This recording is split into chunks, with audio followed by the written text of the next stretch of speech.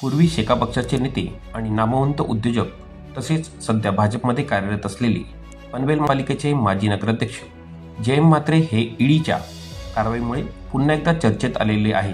शासकीय वनजमिनीच्या गैरव्यवहार प्रकरणी सुरू असलेल्या चौकशी दरम्यान 11 फेब्रुवारी रोजी मनी लॉन्ड्रिंग प्रकरणात त्यांच्या नावे असलेल्या काही मालमत्ता जप्त करण्याची माहिती समोर आली आहे.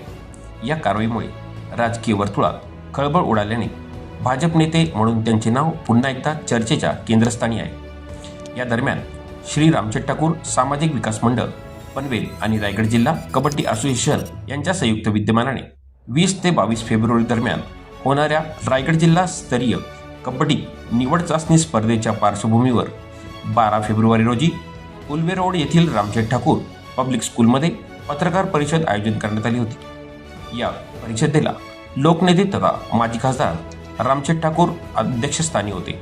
यावेळी उपस्थित पत्रकारांनी जयंत म्हात्रे यांच्या ईडी प्रकरणाबाबत थेट प्रश्न उपस्थित केले. पत्रकाराला विचारायचं, बोला विचारा, थांबा. पत्रकाराला शंका आहे.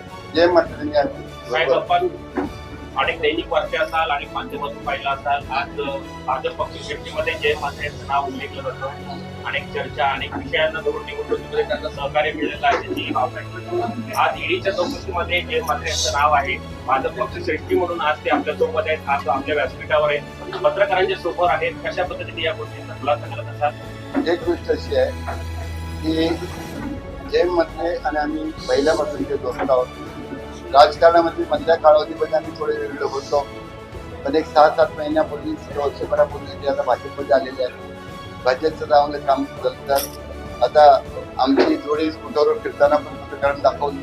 प्रचारात आम्ही गेलो होतो ना, जयंत म्हात्रे सुधारण करतात ते अगदी त्याच्या मोठमोठ्या बातम्या केल्या, फोटो टाकले गेले.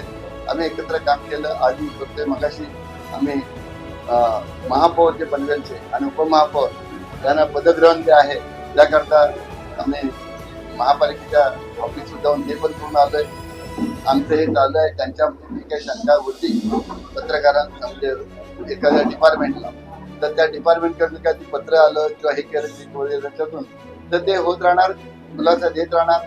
याच्या बाबतीत ते इतकं विशेष काही नाही आहे की कसं झालंय, काय झालंय, तुमचं म्हणणं काय, म्हणजे दाब दबाव घेणं आपण म्हणतो ना, तसं दाब दबाव घेण्याचं काम आहे. त्याच्यामध्ये काय खोलवर गेल्यानंतर काय निघेल असं वाटतं.